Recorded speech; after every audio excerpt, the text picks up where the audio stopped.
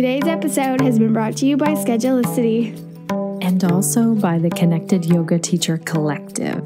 Learn from the yoga teachers who have already struggled with all of the tech to get online to teach yoga. We have guest teachers who walk us through how they teach online yoga, the technology and software they chose and why, and they share what they've learned along the way. Everything from which microphone to choose, how they record their audio, to how they show up and connect with students. You can check this out at theconnectedyogateacher.com/collective and also decide on there, are you already teaching online? Would you like to walk us through your process? Or would you like to show up and learn from other teachers who are? Hello and welcome to the Connected Yoga Teacher Podcast. I'm your host, Shannon Crow. I'm a mom of 3, a yoga teacher, and a trainer and consultant who works for yoga teachers. And this podcast was created for you so that you can connect to the information and inspiration to keep you going each and every week so that you feel supported in this sometimes very tricky journey as a yoga teacher and small business owner. In today's episode, we're looking at social media, a topic we for sure have covered before on the podcast in relation with specific social media platforms. So previous episodes, we have covered Facebook ads with Claire Pelletreau in episode 152, Facebook marketing with Amanda Bond in episode 31, Instagram for your yoga business with Daniel McIntyre, that was episode 83, Instagram content strategy and stories with Tyler McCall, episode 94, and in episode 113, Pinterest to promote your yoga with Kate All. All of the links for these previous episodes will be in the show notes, and if you're interested, you can go back and refer to them. But with all of these social media platforms available for us to use, we can sometimes feel very overwhelmed and pulled in too many directions, especially if we're trying to stay active on all of them. That is why it is so important to have a social media marketing strategy that helps us to be intentional with our actions on social media. Andrea Jones is an expert in this, and she joins me today on the podcast to share more about the best way to approach a social media strategy. Andrea answers some of our key questions, such as how much time we should be spending on creating content for social media, how often we need to check in, and how to grow our audience. She also explains how we can ensure that our actions on social media are having the positive impact in our main marketing goals. So if you have ever wondered, what should I post on social media? What platform should I be on? You are going to love today's episode. All of the show notes are ready for you if you are busy and on the go. You can go to theconnectedyogateacher.com/168. Before we dive into today's episode, I want to say a big thank you to Janae. I'm guessing that's how I say your name, Janae. Janae Malpas from the United States left a review saying, I'm a brand new yoga teacher who thankfully has over 10 plus years of practice under my belt. And due to my geographic location, have opted to open a studio in my little mountain community. Naturally, I'm both excited and intimidated by the prospect. I was extremely fortunate with my YTT program and my 2 amazing teachers who taught me some of the newest concept in individual anatomy and also instilled in me the goal of being a teacher that is more a guide in others' personal practice than an instructor.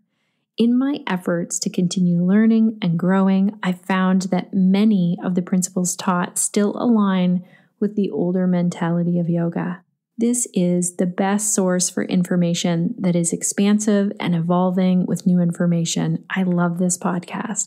Thank you for producing such fantastic content. It will help me in my journey as both a yoga teacher and a yogi. Oh my goodness, Janae, thank you so much for leaving such a kind review. I am super curious to hear how things are going in your little mountain community. So if you feel like giving us an update, leave us a voicemail. You can go to theconnectedyogateacher.com and there's a really cool voicemail button there and it will send directly to our email. And I'd love to hear from you, Connected Yoga Teachers. If you haven't left a review yet, you can decide if you'd like to leave one on iTunes, on our Facebook page, or you could leave an audio review. Tell us what you love about the podcast, or maybe what you would love to see happen on the podcast in the future.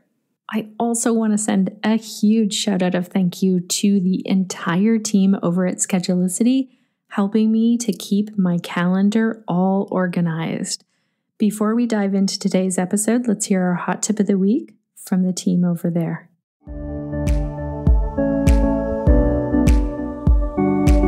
Hey Connected Yoga Teachers, this is Shannon with the Schedulicity Hot Tip of the Week.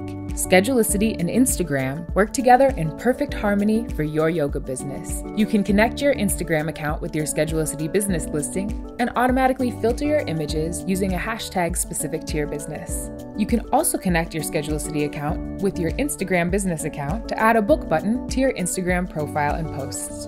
Catch the whims of your Instagram followers when they're the most inspired by your social media content.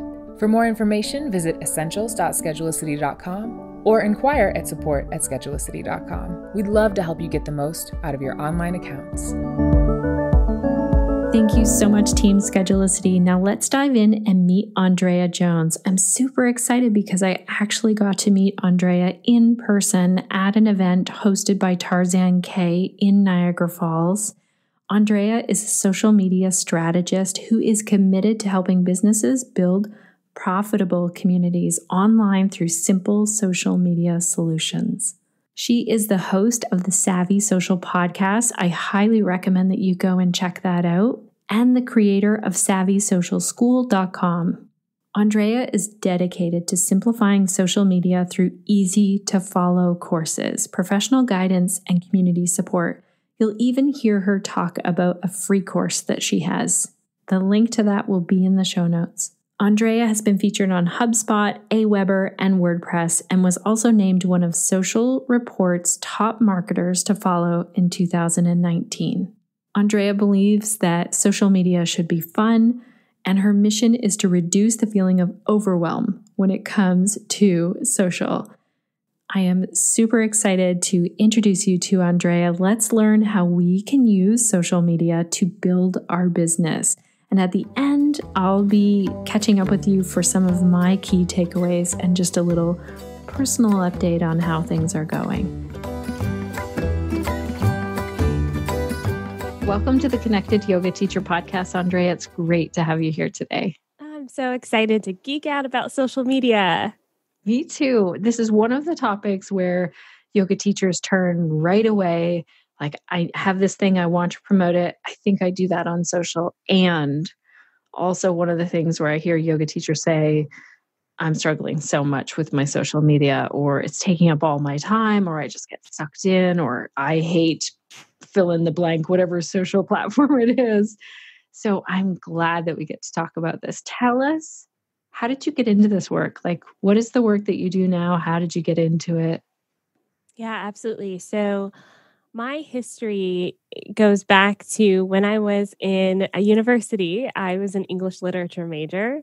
So after school, I was like, what do I do with this? So I started off working in the hospitality industry. There was a lot of jobs in that industry. I managed a few spas back home in Atlanta.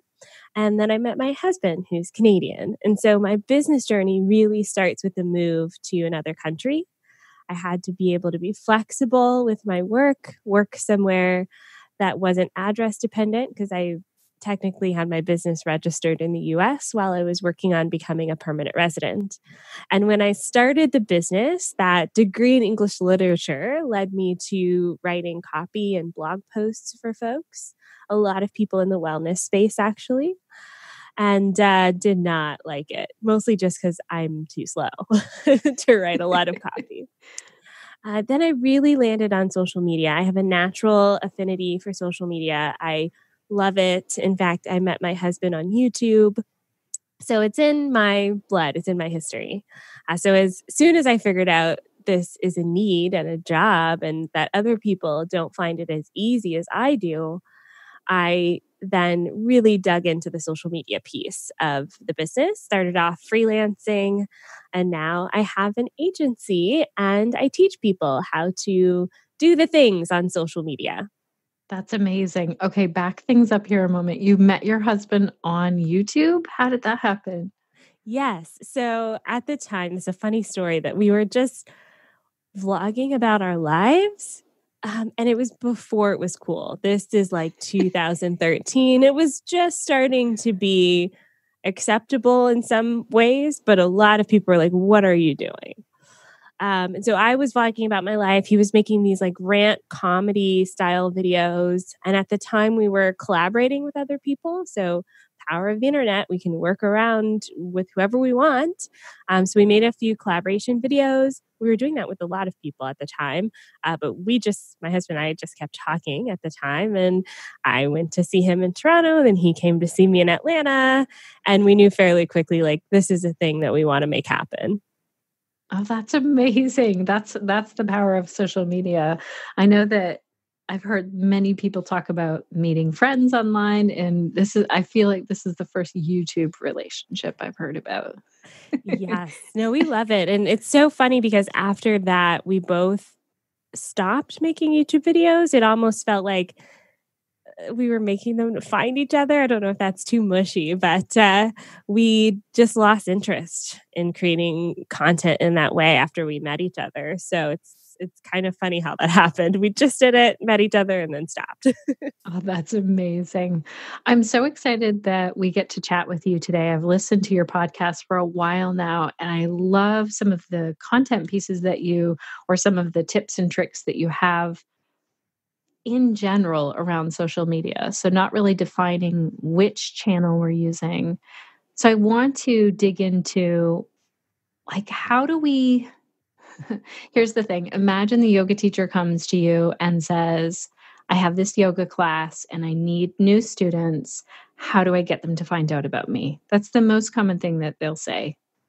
And they turn to social media. So, how does that turn into a strategy? Yes. So when you think about a social media strategy, you want to think about it almost like dating.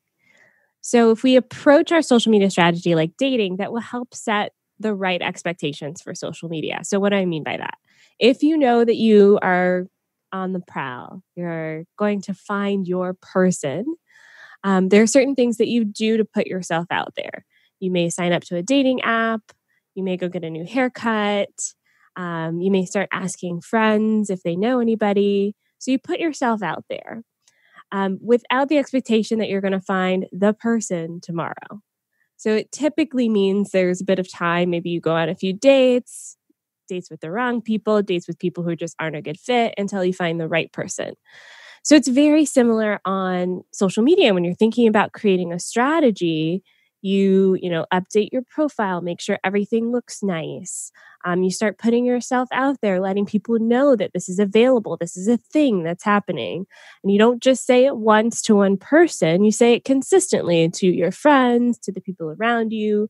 When you're on a dating profile, you check it regularly, that sort of thing. So you want to think of social media as dating. You're not going to get your class completely booked by posting one time. It's going to take some time and patience to build that up for people to know, like, and trust you and understand that this is a consistent thing that you're ready and available to do. Oh, that's amazing. So then how do yoga teachers know what they should post? Because a lot of the time when people will say, no one's looking at my Facebook page, or, I'm posting every day on Instagram, but I don't know if I should share things about myself or my yoga classes. How do they choose what content to post? Yes. So there's two different elements to your question. I'll answer the content to post question first, and then I want to talk about the challenge of no one seeing those posts, because that's a little bit of a different problem. But when you're approaching your content and how you want to post things, you want to make sure that you are consistently talking about that upcoming class and really identify what transformation will happen when people go to your class. So this isn't talking about, hey, I've got this class, this is the time that it's available, sign up. You really want to approach it as like, the people who enjoy this class typically feel this way after. Or if you sign up for my class, here are some of the things you can expect to experience. Really like draw them into what that transformation would be like. You can even point out some of the challenges. So I know for me, yoga is almost like a little oasis away from technology and life. And it's a moment of just being fully present. So if I see that pop up at my feed a few times, especially if it's at the right moment, I will go, yes, I need to do this now, yesterday. Right. So really, instead of just posting about the fact that there is a class available, really think about why someone would join. What challenges are they having? How is it going to change how they look at their life after the class? And so do that fairly consistently, but I do want you to have a balance of posts as well. So it's not always talking about what you're doing. You want to also add in some posts that talk about why you do what you do. What inspires you to go down this road? Share some of the things you're learning. Educate your audience on different types of maybe poses or the benefits of certain things that are really go in tandem with yoga. Maybe talk about, a meditation practice or talk about healthy eating or certain things that can really go along with yoga because you want this to be a community and you don't want people to tune you out by having ads constantly.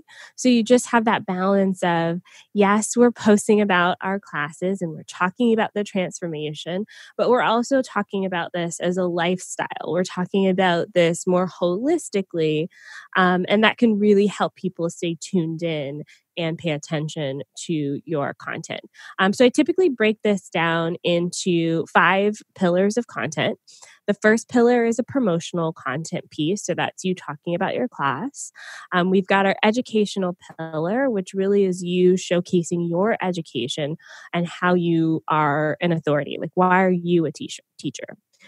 We have a community pillar, which really brings in other content pieces. So if there's like an article on Mind Body Green that you want to share or something like that. We have our entertainment pillar, which you can share like behind the scenes photos or just funny memes. And then we have our engagement pillar, which really encourages people to engage. So ask a question, share something thought provoking, start a conversation. And so those 5 pillars can really set you up for posting. But I don't want you to get stuck in the pillars. Really think about just having a balance of, yes, I want to talk about my classes, but I also want to bring more to the table than that. Okay. With those pillars, are we scheduling them out? Like, are they equal sort of in some way? And do we say like, that's this week, but then, every 5 weeks we kind of come back to that same pillar or we just generally keep it in mind? So it depends on the kind of person you are. A lot of the people that I teach go, I get really frustrated about putting myself out there. I don't know where to even start. So I typically recommend assigning the pillars to a day. So every Monday, I'm going to talk about a class. Every Tuesday, I'm going to share something that is educational and so on and so forth. But also, I want you to give yourself a time limit. So some of us can think of like what to say really quickly. Some of us, it may take us an hour to draft up a social media post. And I don't want you to spend hours and hours and hours on this because we have a lot of things in our lives that we have to do. I don't know about you, but I don't have 10 hours a week to spend on social media.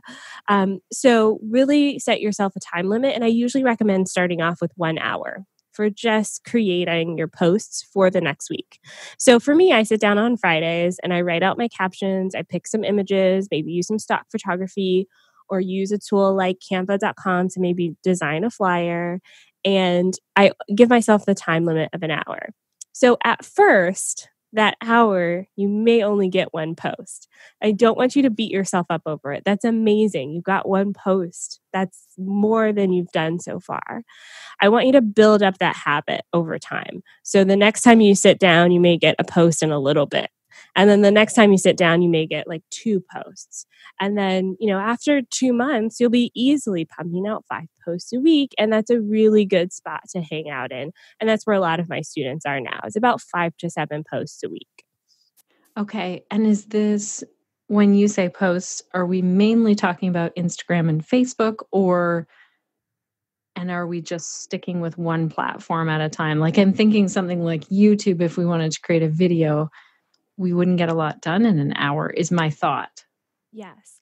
So when I think about the posts, I think about these as your secondary posts. So your YouTube videos, your blogs, or your podcasts are going to be primary content pieces that are separate from the social media content. If you have a primary content piece like a YouTube video, you actually can create your post based off that video.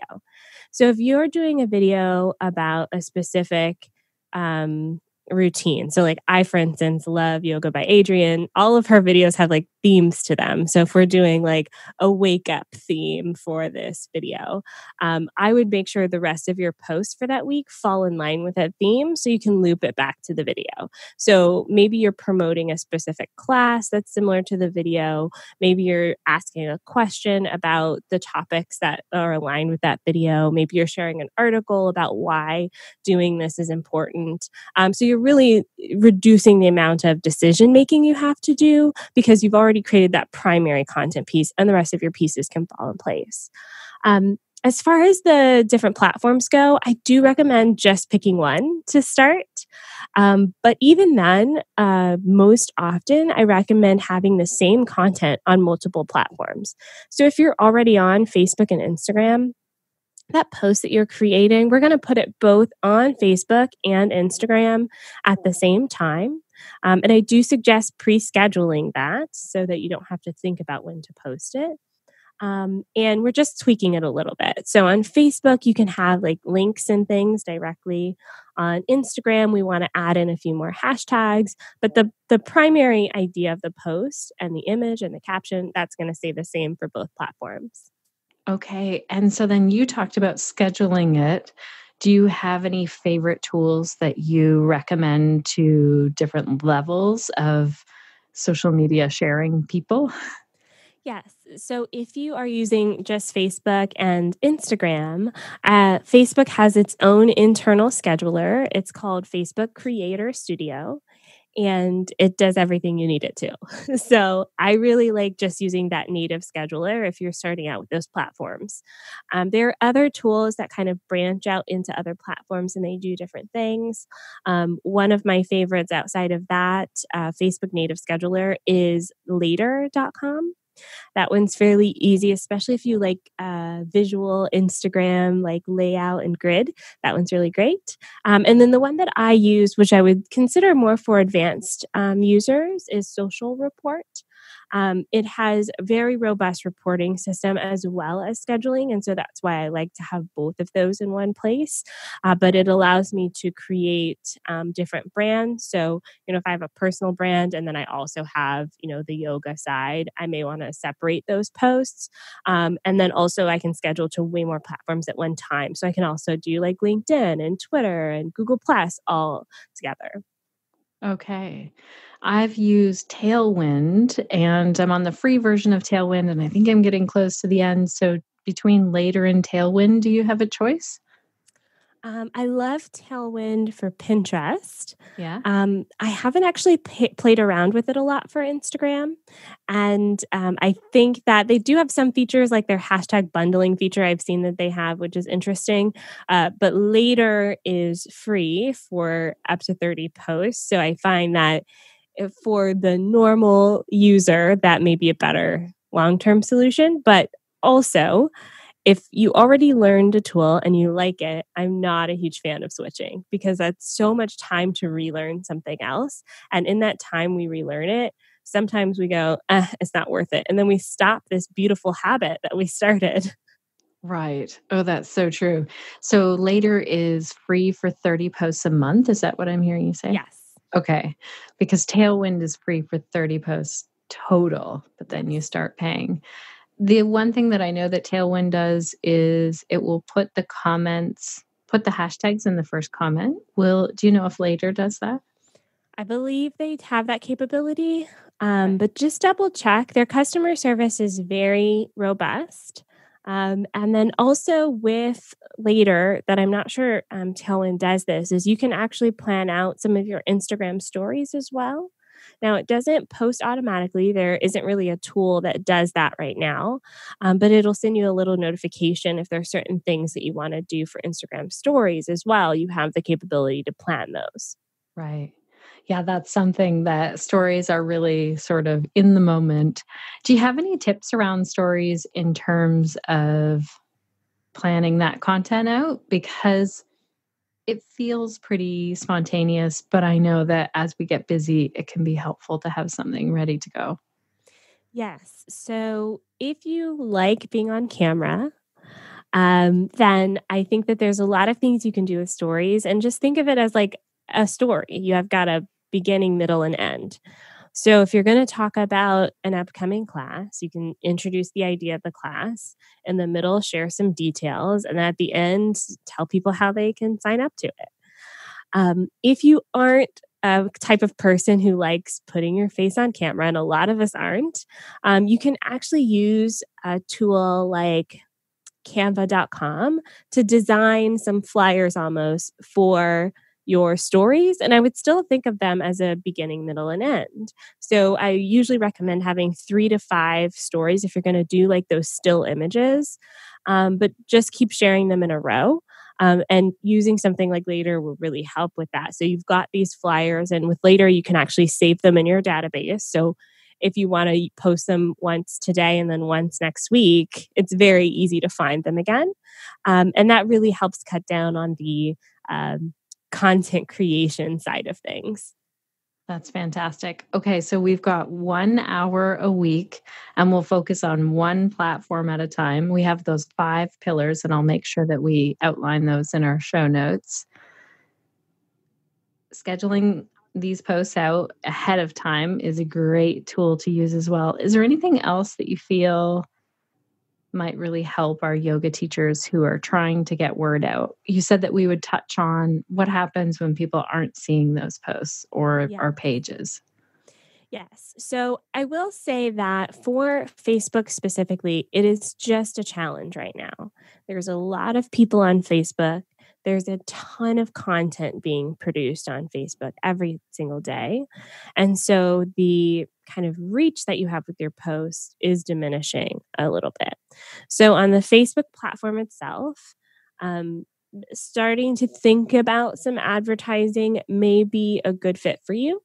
And I'll give a little kind of anecdotal story about this. And it's not in the yoga industry, but I think it works.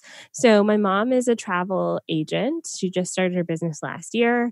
She's been struggling to get leads, and there's such a long close time for this. So, someone's planning like a honeymoon. She's got like 2 years before that closes.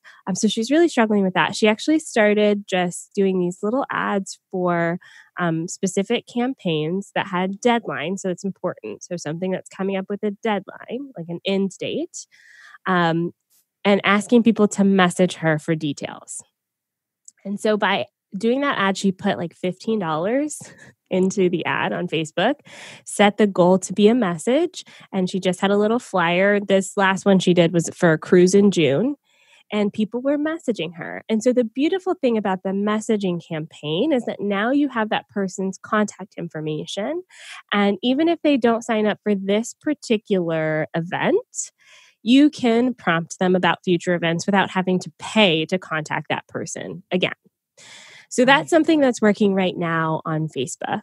Facebook itself, though, just to kind of grow organically is a little bit challenging. Now, if you're on a platform like Instagram, you have a lot of opportunity to grow, especially for my location-based kind of contractors or freelancers or business owners. There's a lot you can do within your own community to find and connect with the right people using hashtags. So do some research, start looking around at different community hashtags and seeing which ones you can start engaging with.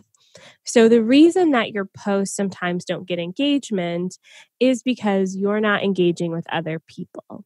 So it's twofold. number one, these platforms want to kind of reward people who are social. So they want to reward people who are actively growing, but also a lot of people want to see you give before they give. So if you are liking and commenting on someone else's post, they're more likely to do the same on your post as well and pay attention to what's going on in your world. Just a little bit of human nature. So as you start searching around on Instagram, you want to look for hashtags. You can also search for people who've checked in to specific locations. So think of something non-competing, like, I don't know, maybe a spa. So people who go to spas regularly also could be good candidates for people who want to sign up for memberships for yoga studios. So go check and see who's checked in at a spa or salon and maybe connect with them on Instagram and start engaging with them. This goes back to that dating analogy though. This is like dating. So not everyone you connect with, in fact, most people you connect with are not going to be your people. That's fine. I don't want you to get discouraged. I want you to still keep putting yourself out there and keep trying. And the beautiful thing about that is you're kind of giving someone the opportunity to be curious. So if you like one of their pictures, they go, "Whoa, I don't know who Shannon is. Let me click on over to her profile. Oh, wow. She teaches yoga. Let me see what her next class is." And you're allowing them to be curious about that. Even if they go, "Oh man, I've always wanted to try this, but I'm going to circle back in the new year," or whatever the case may be. Now you're on their radar. Whereas before, they didn't even know you existed. So a lot of the challenges that we have with engagement is that we are so focused on the people we're already connected with instead of focusing on getting new people in every single week. So I say all that, and I don't want you to go out tomorrow and try to spend 5 hours connecting with as many people as possible on Instagram. That's overkill. That's a lot of work. I don't want you to do that. But what I do want you to do is think about how you can spend 5 to 10 minutes a day looking for a handful of new people that you can connect with. It's that daily practice that really makes the difference. And it's that daily habit that will really get you into the mindset of, this is kind of a long-term commitment to finding these new people and connecting with them. All right. That's amazing. I feel like I reached out to somebody after a podcast episode of yours. I can't remember who it was. And right away they messaged me in the DMs in Instagram with a voice message like, "Hey, great to see you following me." Like really built the relationship very quickly. Yes. And I love voice messages. So if that's something that you feel comfortable with, I highly recommend it because this strategy that I've outlined is not new. There's a lot of marketers doing it. There's a lot of marketers teaching it. Some are teaching it incorrectly. And what happens is people go in and they start trying to like and follow and unfollow as many people as possible. And they're kind of like ruining it for the rest of us. And the same happens with direct messages. We get these like spam messages from people who would never show up for a class. Right. They're just trying to sell their own, I don't know, essential oils or whatever the case may be.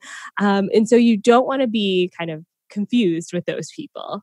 You want to kind of set yourself apart. So I find voice messages to be a great way to do that. There's no way to spam those yet, I don't think. And you can add in personal elements. And for me, I find it a lot faster. I'm more of a talker than a writer. So for me, I can just leave a quick voice message like, "Hey, I saw you were local. Love to connect. Have you ever tried yoga?" Whatever the case may be, like really make it personal. Yeah. Oh, that's fantastic. Thank you so much for all of this today. I know that you have a lot of resources. You have a podcast and a lot of articles. Where would people go to find out more and to learn more from you? Yes. So the best place to start is with my free course. You can find it by going to onlinedrea.com/free. And it really goes over the framework that we talked about. So you talked about the 5 pillars of content, for instance, that's in the course. So if you want to kind of review that and have a workbook to go along with it, that's a really great place to start. But I love hanging out on social media. So I'm on Instagram, Facebook, Twitter. I'm on all the social media channels at Online Drea. Okay, perfect. I'll make sure that we put the links to those in the show notes. Thank you so much for your time today. Thank you so much for having me. Thank you again, Andrea. It was fantastic to talk with you. I feel like this is perfect timing when we're all working online right now and trying to promote our yoga. Some of our yoga teachers have said, oh my goodness, now everyone's online. And that's true. And that means that we just need to work on really sharing. I love how Andrea talked about these pillars of content. Your pillars of content will really reflect what is your specialty, your niche yoga offering. We have a list of those 5 content pillars for you in the show notes, but I just want to review them again.